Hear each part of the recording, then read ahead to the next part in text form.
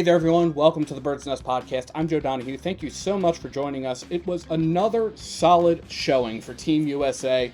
2 more gold medals for American athletes and 3 silver medals.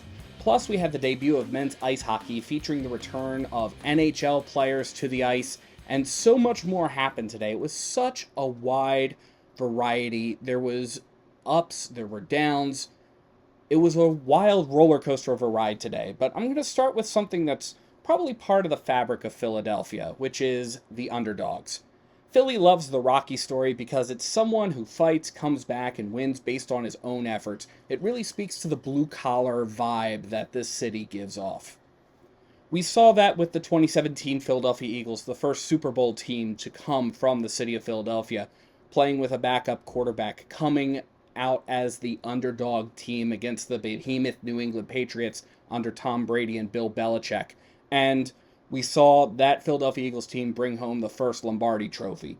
Now, I had the chance to talk to Mike Tirico of NBC Sports today, and when I asked him about the underdog story of the Olympics, Tirico pointed to today's first medalist for Team USA. I'll give you one that it felt like deja vu today was Ryan Cochran-Siegle of the United States. His mom won the gold medal in slalom in '72 in skiing, and RCS, as he's known, he was on the podium first, second, or third, just very few times out of 69 events in the World Cup and the World Championships. And in the Olympics, he's 2 out of 3 getting on the podium, which is just ridiculous ratio. So the men's alpine team, the women's alpine team has the top performers as you go through the World Cup season. The men's alpine team does not have that standout, but every Olympics it seems like somebody steps up, and RCS stepped up today. So that's a great underdog story. Guy from Vermont whose mom won Olympic gold. He won silver 4 years ago, and he came back and followed it up with silver. Yes, that is Ryan Cochran-Siegle, RCS, who came out to defend his silver medal performance in the men's Super G, which he won in Beijing in 2022. Today was actually a special day for him, as Mike alluded to. His mom, Barbara Cochran, won gold in the women's slalom event in 1972, 54 years ago to the day. And with Mrs. Cochran watching on, RCS was able to hold on, and the Burlington, Vermont native claimed silver with a 1 minute, 25.45 second finish time.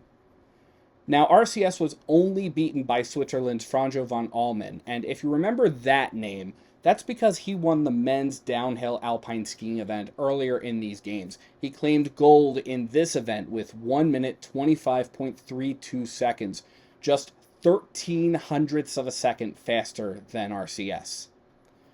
This is Van Almen's 3rd Olympic gold of these games, and he's the first Swiss athlete to accomplish this feat, so that is impressive. There are not a lot of people who can say that they've claimed gold in 3 events in the same Olympics. So huge congrats to him. Bronze in this event also went to Switzerland. Marco Odermatt claimed a 1 minute 25.60 second finish time, so that was really, really cool. Now, RCS was the first medalist of the day, but the first gold medal of the day was won in women's moguls. That was part of the freestyle skiing events, and this actually wound up being the best single event for Team USA so far in these games. Going into today, there was a strong potential for the Americans to sweep the medal podium. However, only Liz Lemley and Jalen Koff qualified for the final field of 8.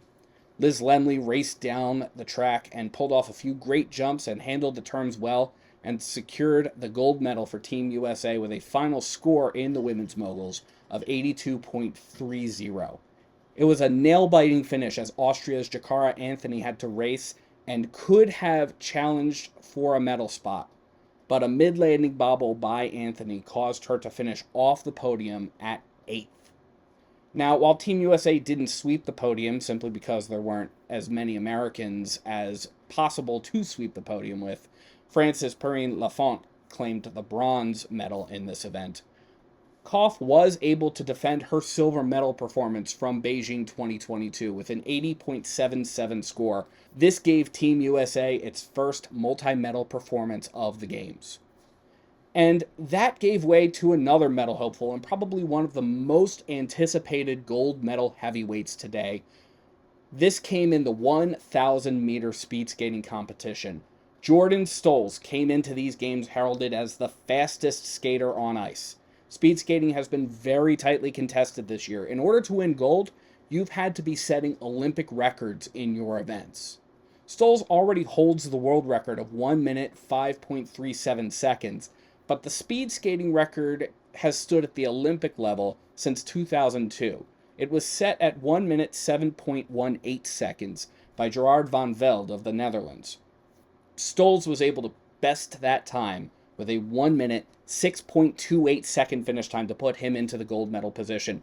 But there was a little bit of controversy, and Stolz had to survive a reskate. The Netherlands' Joop Wennemar had a collision that was caused by China's Nguyen Lian. Lian was disqualified, and Wennemar claimed his right for a reskate. He was the last skater of the event. He finished fifth before the reskate. And his desire was admirable, and it really speaks to that competitive spirit that fuels so many Olympians. Unfortunately, it wasn't enough for him to improve. He was skating 30 minutes after his original skate attempt.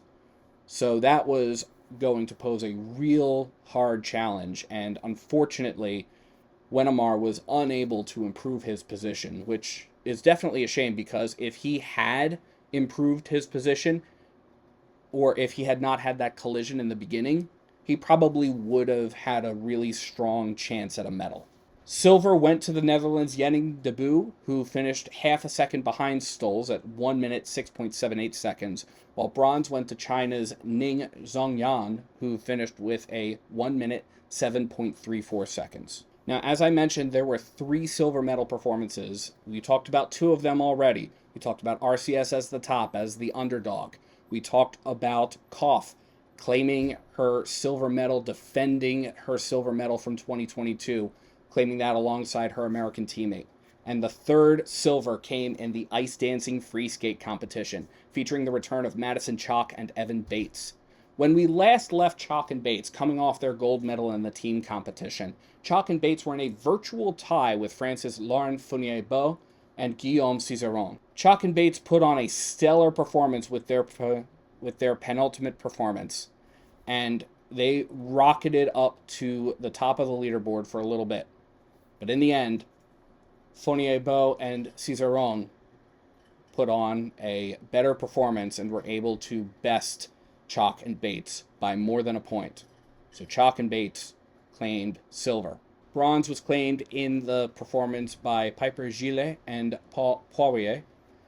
They put on a really beautiful performance in the competition set to Starry Starry Night, and they wound up claiming that bronze medal. So those were the medal performances of the day, but it was also side by side with the biggest heartbreak of the games so far, with the Olympic men's luge doubles, which had Team USA's team of Marcus Mueller and Ansel Hogsa in first place going into their final run. Mueller and Hogsa were in a great spot going down, but one crucial error in the last 2 seconds of the race caused them to finish 0.2 of a second behind the leading Italian team of Emanuel Ryder and Simon Keynes-Waldner, who claimed gold. In luge, however, 0.2 of a second is more than enough to cause the Americans to fall off the podium, finishing 6th. Silver went to Austria's Thomas Stu and Wolfgang Kindl, while bronze went to Germany's 2 Tobiases, Tobias Wendel and Tobias Arlt. 2 other medal events occurred. The Nordic combined, which was won by Norway's Jens Loras Oftebro with a 29-minute 59.4 second finish. Silver went to Johan Lamparter of Austria with a 30-minute 0.4 second finish, while bronze went to Eero Hiravonen, who was a second and a half behind Lamparter at 30 minutes 1.9 seconds. Lastly, in medals, the women's 15K biathlon was a multi-medal event for France. Julia Simon and Lou Jean-Monod claiming gold and silver, respectively. Bronze went to Laura Hristova of Bulgaria. So that brings us to the medal table today. The Team USA group is sitting in second in total gold medals. They're in third behind a tie at first with Norway and the host country, Italy. And it was definitely another strong performance by Team USA today. Other events of note were curling, with Team USA's men's team defeating Czechia in round-robin play 8-7, so that was definitely something interesting. And there was also a solid ice hockey matchup, with men's hockey beginning today. For the men's teams, NHL players are back in Olympic action for the first time since 2014 in Sochi, Russia.